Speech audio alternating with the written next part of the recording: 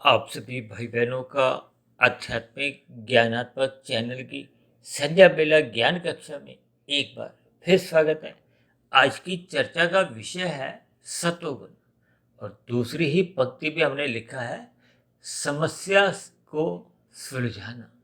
देखिए, समस्या शब्द हमने काले रंग से दर्शाया है और सुलझाना शब्द को सतोगुण का एक संबंध जोड़ते हुए सफेद रंग से ही दर्शाया है, क्योंकि सतोगुण द्वारा ही समस्याएं सुलझती हैं। सतोगुण का अभिप्राय देखिए ज्ञान से लिया जाता है, प्रकाश से लिया जाता है।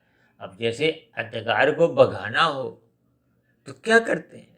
प्रकाश करते हैं, दीपक जलाते हैं। इतनी सी साधारण बात तो देखिए एक साधारण मनुष्य समझता है, लेकिन वो अपने जीवन में सतोगुण के ज्ञान रूपी दीपक जलाता नहीं है। जब तक वो दीपक नहीं जलाता तब तक उसके जीवन में देखिए अंधकार में स्थिति बनी रहती है, अज्ञानता बनी रहती है, ये समस्याएं बनी रहती।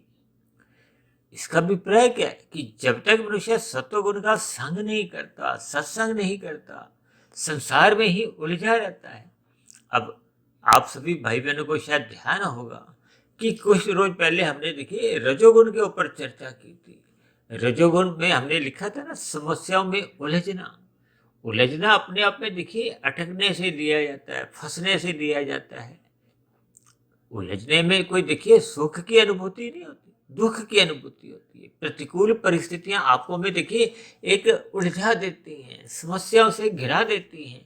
और जब मनुष्य समस्या में घिर जाता है तो उसको जब कोई रास्ता नहीं सूझता तो फिर वो परमात्मा की शरण में जाता है। परमात्मा की शरण में जाने से पहले क्या है? सत्संग करता है। देखिए, परमात्मा कोई एक ऐसी स्थिति नहीं है कि किसी स्थान विशेष पर परमात्मा को मिलने जाता है। जैसे हम संसार में देखिए किसी से अपॉइंटमेंट लेते हैं, उसको हम मिलने जाते हैं, उसके आगे अपनी बात रखते हैं। ऐसा तो देखिए परमात्मा के प्रति ऐसा कोई स्थितियां शास्त्रों में तो कहीं कहीं नहीं। परमात्मा तो देखिए एक सर्वव्यापी सत्ता है। केवल हमने अपने मन बुद्धि को परमात्मा की ओर सम्मुख कर, जिस मन बुद्धि को हमने संसार में उलझाया हुआ है, और संसार का अभिप्राय क्या है? रजोगुण में उलझाया हुआ है, विषय भोगों में अटकाया हुआ है। ये सभी स्थितियों पर जब तक मनुष्य विचार नहीं करता, विचार कब करता है? जब उसका सतोगुण प्रधान होता है। और सतोगुण प्रधान होने पे ही वो ज्ञानमय स्थिति में अपने आप को स्थित करता है। तभी तो हम बार बार कहते रहते हैं रात को हानि की स्थितियों से बचो, रात को जल्दी सो जाओ, क्योंकि रात को देखिए तामसी स्थितियां अपनी एक मजबूत स्थिति में होती है।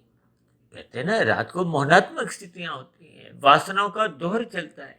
उन स्थितियों से मनुष्य को बचने के लिए ही शास्त्रों में कहा गया है कि रात को जल्दी सो जाना चाहिए। सोने का अभिप्राय क्या है? कि आपको हमें आराम करना चाहिए, नींद लेना चाहिए, ताकि हम नींद लेने के बाद जब उठेंगे तो आपका हमारा सत्वगुण प्रधान होगा।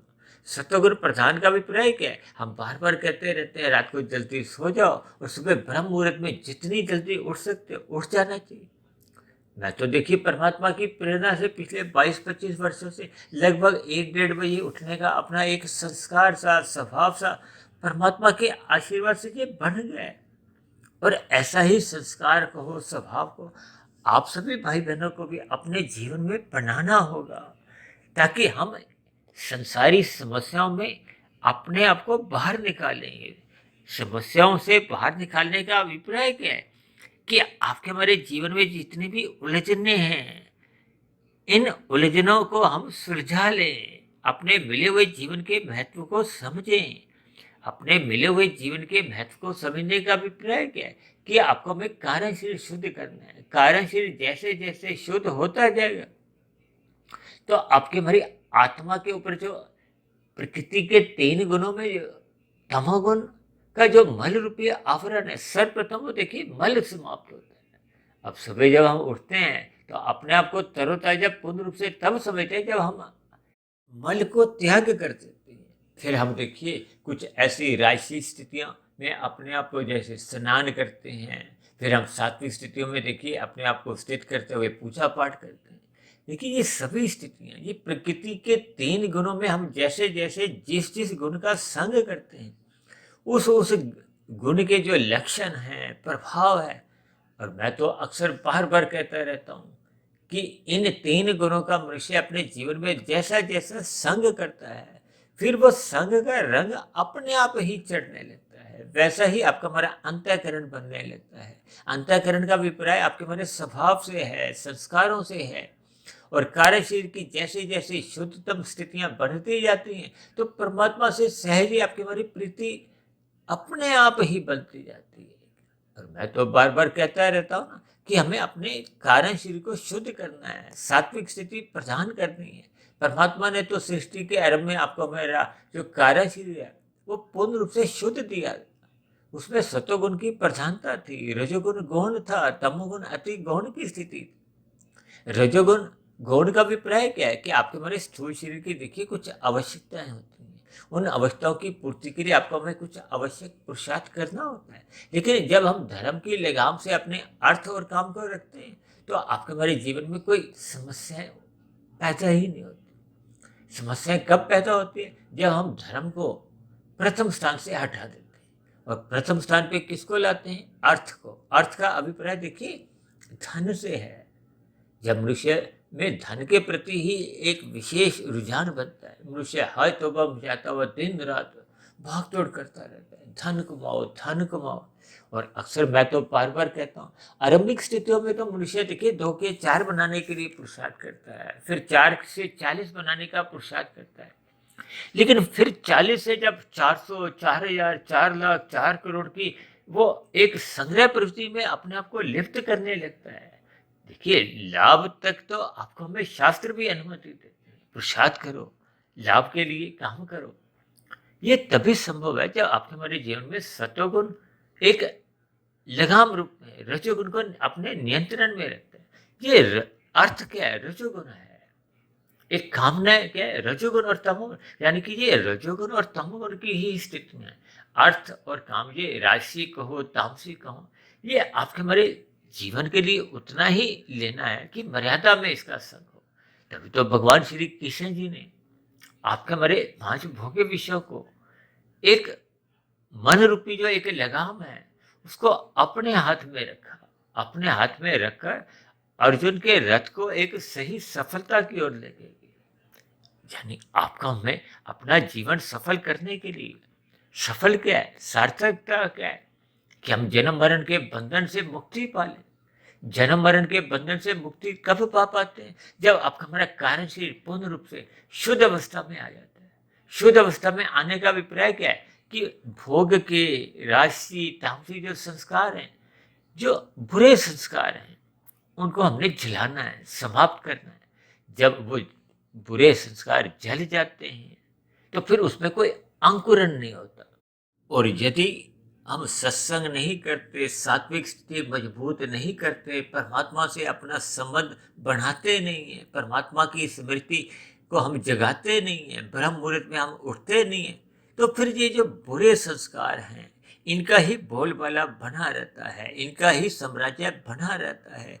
ये काम, क्रोध, लोभ, मोह, अहंकार, यानी कि ये 5 विकार ये फिर नाचने लगते हैं। और नाचते नाचते आपको हमें फिर विभिन्न प्रकार की समस्याओं में उलझा देते हैं। क्यों? क्योंकि ये फिर बुरे काम करवाते हैं। आपके स्थूल शरीर को दिशा निर्देश करते हुए अपने नियंत्रण में रख लेते हैं। देखिए जब क्रोध आता है, तूफानी वेग में आता है, तो ये कितने ही प्रकार के अनीतिगत कार्य करवा देता है। सभी प्रकार की मर्यादाओं को भंग करवाता हुआ, अपने आप को ही सर्वोपरि मानता हुआ अपनी मनमानी पे उतर आता है और फिर ये पाप कर्मों में लिप्त होने लगता है। ये सभी स्थितियां आपके हमारे जीवन में देखिए बनती आई हैं। इन समस्याओं से हमने बाहर निकलना है। इन समस्याओं से हमने बाहर निकलते हुए इन समस्याओं को हमने सुलझाना है। जैसे अंधकार को भगाना है। देखिए अंधकार को भगाने के लिए कोई आपको हमें हाथ पैर नहीं मारने, कोई डंडा नहीं चलाना, मात्र एक प्रकाश करना है।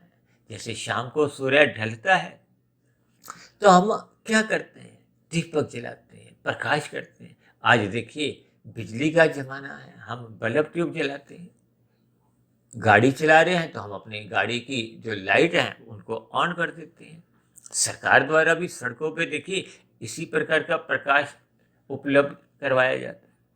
ये सभी स्थितियाँ, अब जैसे ब्रह्म मुहूर्त में देखिए जो स्थिति है धीरे धीरे वो फटती है, तो फिर सूर्य उदय होता है, सूर्य का प्रकाश आता है, तो अपने आप ही आपको में सब कुछ दिखाई देने लगता है, आपको हमारी समझ बढ़ने लगती है। समझ बढ़ने का अभिप्राय क्या है कि फिर हम समस्याओं से एक निजात पा जाते हैं, समस्याओं को सुलझा लेते हैं, यानी कि अंधकार में स्थितियां फिर प्रकाश के आने से सहज ही समाप्त होने लगती हैं। फिर ऐसा महसूस ही नहीं होता कि यहाँ कुछ समय पहले देखिए अंधकार थी। जैसे आपके हमारे जीवन में देखिए जब समस्याएं समाप्त हो जाती हैं, परमात्मा से एक प्रीति के भावपूर्वक आपके संबंध बन जाते हैं, तो फिर संसारी आकर्षण से आपका हमारा ज्ञान पूर्वक सहज ही वैराग्य बना रहता है। फिर इस संसारी आकर्षण को हो ये 5 भोग के विषय गंध, रस, रूप, स्पर्श और शब्द, ये आपको में एक अपनी ओर आकर्षित कर नहीं पाते। इसलिए क्योंकि परमात्मा का अब आपके हमारे अंतःकरण में सत्वगुण की प्रधानता है। जैसे सत्वगुण की प्रधानता होगी तो ये जो राजसी और तामसी स्थिति है ये फिर पनप नहीं पाती। जैसे प्रकाश के सामने देखिए अंधकार आने की हिम्मत नहीं रखता, अंधकार प्रकाश के सामने खड़ा हो ही नहीं सकता। देखिए जी एक भावार्थ है, कभी भी अंधकार प्रकाश का सामना कर नहीं सकता।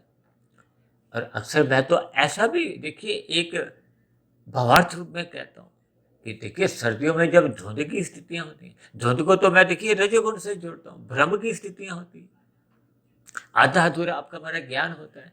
इसलिए तो कहते हैं कि राजसी मनुष्य हो, संसारी मनुष्य, ये बार बार गलतियां करता है, दिन में कितनी ही गलतियां करता है। गलतियों का अभिप्राय देखिए पाप कर्मों से है। जब तक मनुष्य सात्विक स्थिति मजबूत नहीं करता, इसलिए तो शास्त्रों में बार बार जोर देके कहा जाता है सत्संग करो, सत्संग करो, क्योंकि सत्संग करने से ही आपका हमारा जो एक पशु वृत्ति है वो समाप्त होने लगती है। पशु वृत्तियों का अभिप्राय क्या है? आहार, मैथुन, निद्रा, भय। क्योंकि आपके हमारे जीवन में इन पशु वृत्तियों का ही साम्राज्य बना हुआ है, यही आपके हमारे जीवन की भागदौड़ संभाले हुए हैं और सत्संग की न्यूनता बनी हुई है। तो विश्वास कीजिए आपके हमारे जीवन में दिन प्रतिदिन समस्याएं बढ़ती जाएंगी, क्योंकि पशु वृत्तियों में देखिए आपका हमारा सत्संग नहीं हो रहा, और सत्संग की गैर मौजूदगी में ये अंधकार में स्थितियां पनपने लगती हैं, अज्ञानता आने लगती है, अंधविश्वास बढ़ने लगती है। अभी मैं आपको समझा रहा था ना कि सर्दियों के दिनों में जब धुंध होती है, ये रजोगुण का अभिप्राय धुंध से लिया जाता है और तमोगुण को अंधकार से जोड़ा जाता है। अब अंधकार कब जाता है? जब प्रकाश आता है, यानी कि तमोगुण को भगाने के लिए सत्वगुण आवश्यक है। ठीक इसी तरह धुंध कब जाती है? सर्दियों में, जब सूर्य का प्रकाश आता है। देखिए कितने सरल शब्द हैं, लेकिन हम इन सरल शब्दों पर भी ध्यान नहीं देते, इनसे कोई शिक्षा नहीं लेते। शिक्षा नहीं लेते तो फिर आपका हमारा जीवन देखिए इन समस्याओं में ही उलझा रहता है, उन उलझन में ही आपका हमारा जीवन दुखमय बना रहता है। इसीलिए बार बार कहा जाता है सत्संग करो, कुसंग से बचो। और मैं तो बार बार कहता रहता हूँ कि देखिए रजोगुण अप्रत्यक्ष रूप से कुसंग ही मानो, क्योंकि देर सवेर ये हमें तमोगुण में गिराता है। अक्सर एक साधारण मनुष्य देखिए रजोगुण में रहना पसंद करता है, संसार को पाने के लिए ही वो विभिन्न प्रकार की क्रियाएं करता है। और कहीं कहीं तो ऐसा भी देखा जाता है कि मनुष्य परमात्मा से भी संसार मांगता है। शास्त्रों में देखिए 4 प्रकार के भक्त कहे गए, आर्थ, अर्थार्थी, जिज्ञासु और प्रेमी। ज्ञानी, प्रेमी और ज्ञानी एक ही बात है, ये 4 प्रकार के भक्त हैं। आर्थ भक्त का अभिप्राय तो देखिए तामसी स्थितियों से आप ले सकते हो। जब जब आपके हमारे जीवन में दुख आते हैं तो हम परमात्मा की शरण में सहज ही जाने लगते हैं। आपको में किसी की कोई प्रेरणा की जरूरत नहीं होती, परमात्मा की सहज ही याद आने लगती। ये अर्थ भक्त होता है, तभी तो हम आरती ही गाते हैं। ये स्थितियों का अभिप्राय क्या है कि जब जब आपके हमारे जीवन में दुख आते हैं तो परमात्मा की स्मृति सहज ही बनने लगती है, और जब जब रजोगुण प्रधान होने लगता है आपका हमारे पास संसार की उपलब्ध स्थितियां बढ़ने लगती हैं, धन बढ़ने लगता है, सुख सुविधा के साधन बढ़ने लगते हैं, संसार में मान प्रतिष्ठा बढ़ने लगती है, सत्ता आपके हाथ में आ जाती है। ये सभी स्थितियां देखिए संसार की ये राजसी मानी जाती हैं। कोई बड़े से बड़ा उद्योगपति हो, चाहे कोई प्रधानमंत्री हो, कोई फिल्मी जगत में उभरता हुआ देखिए सुपरस्टार बन जाए, खेल जगत में वो नामी गिनामी खिलाड़ी बन जाए, सभी देशों में उसके नाम की चर्चा होने लगे। ये सभी स्थितियां एक रहस्य मानी जाती है। जब जब आपके मेरे जीवन में रजोगुण के पांव पसारे जाते हैं, ये फैलता जाता है, तो फिर इसमें एक अहंकार की स्थितियां आती हैं। यानी कि ये विषय भोग कहो, संसारी की जितनी भी उपलब्धि हैं, ये फिर परमात्मा से आपको हमें विमुख करती है। अक्सर आपने देखा होगा कि राशि मनुष्य सत्संग करते हुए दिखाई तो देते हैं, लेकिन श्रद्धापूर्वक उनका सत्संग हो नहीं पाता। क्योंकि जब जब आपके हमारे घर में देखिए संसार अधिक आता है, चाहे वो धन के रूप में हो, चाहे अन्य किसी भी रूप में हो, ये संसार अधिक आने से ही जब हम उसका रसपूर्वक संग करते हैं, भोग करते हैं, तो फिर ये विषय भोगों में लिप्त रहता हुआ मनुष्य परमात्मा को भूलने लगता है, परमात्मा की उसको याद नहीं आती। अक्सर आप ब्याह शादियों में देखोगे ना, डीजे पे कैसी स्थितियां हैं, लोग खाना पीने में मस्त होते हैं, तो परमात्मा की स्मृति बनी नहीं रहती, उनमें एक मर्यादा भंग होने लगती है। हो सकता है ऐसी बातें आपको हमें आरंभिक स्थितियों में देखिए परेशान करती हैं, आपको हमें उलझन में डाल देती है।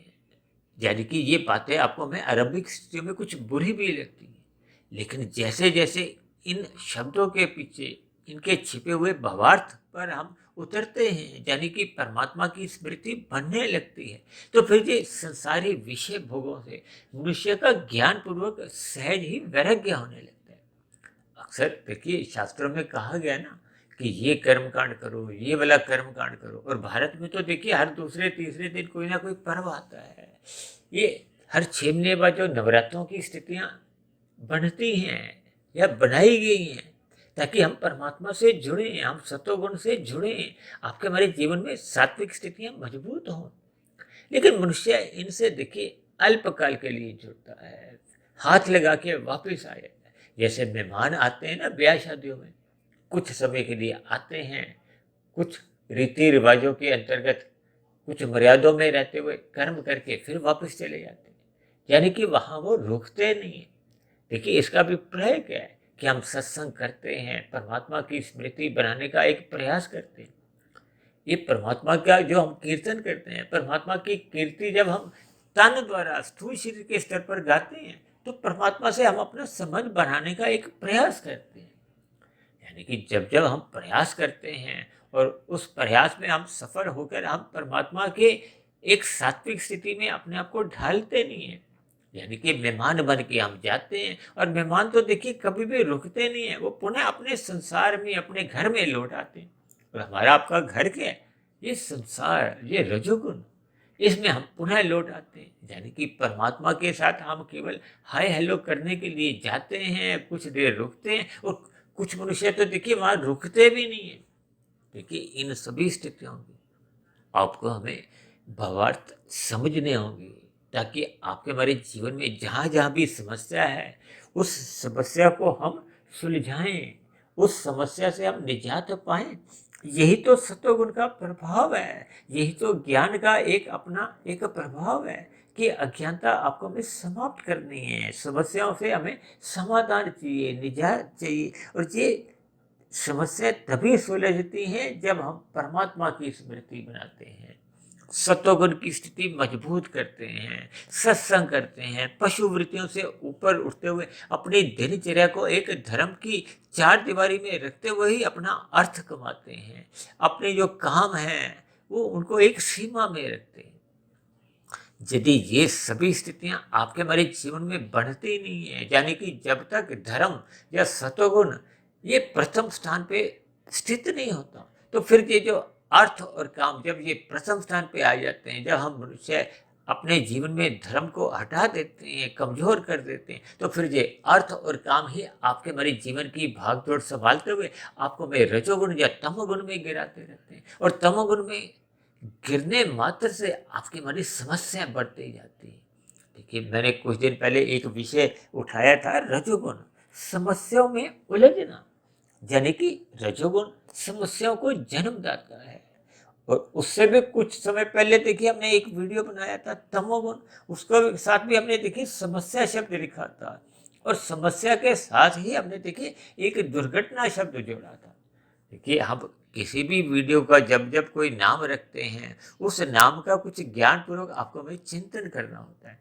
और मैं तो देखिए इन सभी स्थितियों को रंगों से दर्शाता हूँ, रजोगुण को रंगीनियों से दिखाता हूँ। जैसे माल की रंगीनियाँ हैं, बेलों की रंगीनी है, संसार का आकर्षण है, ये स्त्री पुरुष का जो आपसी आकर्षण भी देखिए रजोगुण के कारण ही शास्त्रों में ही कहा गया। इन सभी स्थितियों पर जब हम ज्ञानपूर्वक चिंतन करते हैं, अब समस्या को तो हम सदा ही देखिए काले रंग से दर्शाते हैं। अब काले रंग से तो हटने के लिए बार बार कहा जाता है। अब रामलीला के दिनों में देखिए रावण की सेना में जितने भी लोग दिखाए जाते हैं उनको काले कपड़े, आसुरी प्रवृत्तियों को काले रंग से दर्शाया जाता है, बुराई को काले रंग से दर्शाया जाता है, अच्छाई को सफेद रंग से दर्शाया जाता है। इसलिए हम सत्वगुण को देखिए बार बार केवल सफेद रंग से दर्शाते हैं। चाहे सत्वगुण हो, सत्संग हो, चाहे आत्मा हो, परमात्मा हो। देखिए आत्मा परमात्मा तो विशुद्ध सत्वगुण ही सकते हैं, क्योंकि सत्वगुण तो देखिए प्रकृति का ही गुण है। भले ही सापेक्ष दृष्टिकोण से तमोगुण से 10 गुना अच्छा शास्त्रों में रजोगुण कहा गया है, और फिर रजोगुण से भी 10 गुना अच्छा सत्वगुण कहा गया है। इसका अभिप्राय क्या है कि तमोगुण से 100 गुना अच्छा सत्वगुण है।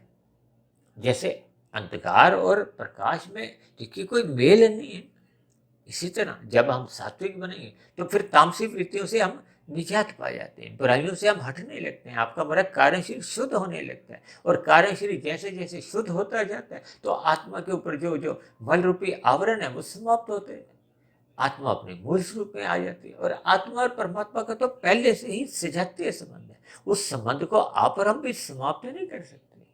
दोनों चेतन सत्ता है, जबकि माया तो देखिए जड़ है, माया तो द्वैत है, जहाँ गर्मी के साथ सर्दी है, सुख के साथ दुख है। जब हम सुख चखते हैं तो आपको में दुख दिखाई नहीं देता।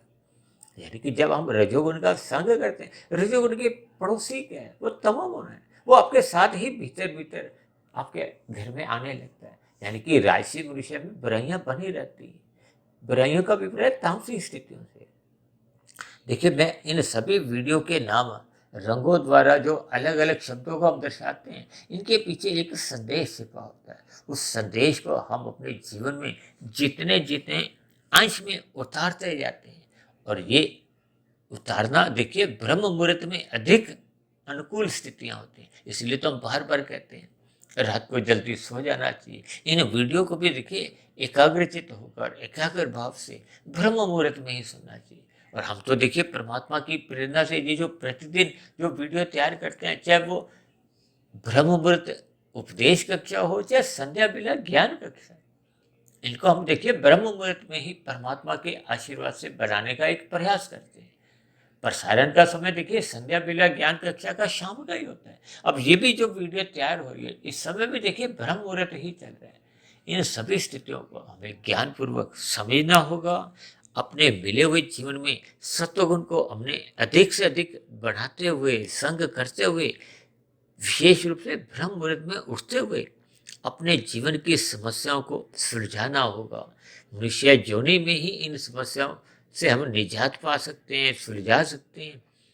और अपने कार्यशील को शुद्ध करते हुए जितनी जितनी हम आध्यात्मिक उन्नति इस मिले हुए जीवन में कर लेंगे, वो मरने के बाद भी देखिए सुरक्षित बनी रहती है, पुनः हमें मनुष्य योनि की प्राप्ति करवाती है। फिर हमें संस्कारी माता पिता सहज मिलते हैं, गुरुजनों का पुनः संग मिलता है, ताकि हमारी आगे की जो आध्यात्मिक यात्रा फिर वो एक गति पकड़ ले। जैसे इस जीवन में यदि हमने 35% आध्यात्मिक उन्नति कर ली है, तो फिर हम अगले मनुष्य योनि में 36% से आगे की उन्नति करते हैं।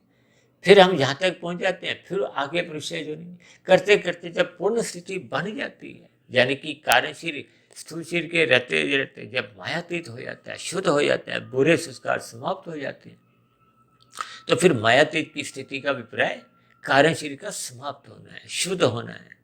और फिर स्थूल शरीर की तो देखिए सभी की ही मृत्यु आती है। यानी स्थूल शरीर तो सबके अपने आप ही अपनी प्रारब्ध जब समाप्त होता है तो उनकी मृत्यु हो जाती है।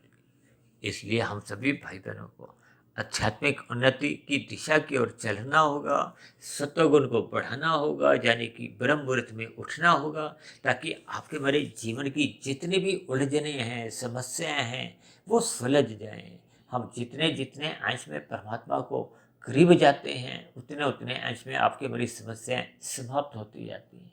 तो ऐसी सभी शुभ स्थितियां आपके जीवन में भी बने, यानी कि इन समस्याओं का एक स्थायी हल आपको हमें मिलता रहे, यानी कि हम सतोगुण का अधिक से अधिक संग करते हुए श्रद्धापूर्वक सत्संग करना अपना स्वभाव बना लें, ब्रह्म मुहूर्त में उठने का अपना संस्कार जगा लें, तो फिर ये सभी समस्याएं अपने आप ही सुलझती जाती हैं, आपके हमारी आध्यात्मिक उन्नति होती जाती है। तो ऐसी सभी शुभ स्थितियां आप सभी भाई बहनों के जीवन में भी निरंतर बढ़ती जाएं। इन्हीं शुभकामनाओं के साथ आज की चर्चा विशेष को अब हम यहीं विश्राम देते हैं। कल सुबह फिर मिलते हैं ब्रह्म मुहूर्त ज्ञान कक्षा में। तब तक आप अपने आध्यात्मिक मित्र सुधीर भाटिया फकीर को इजाजत दें। आप सभी भाई बहनों को बहुत बहुत शुभ रात्रि, और सुबह ब्रह्म मुहूर्त में उठने के लिए मेरी ओर से आप सभी भाई बहनों को बहुत बहुत शुभकामनाएं।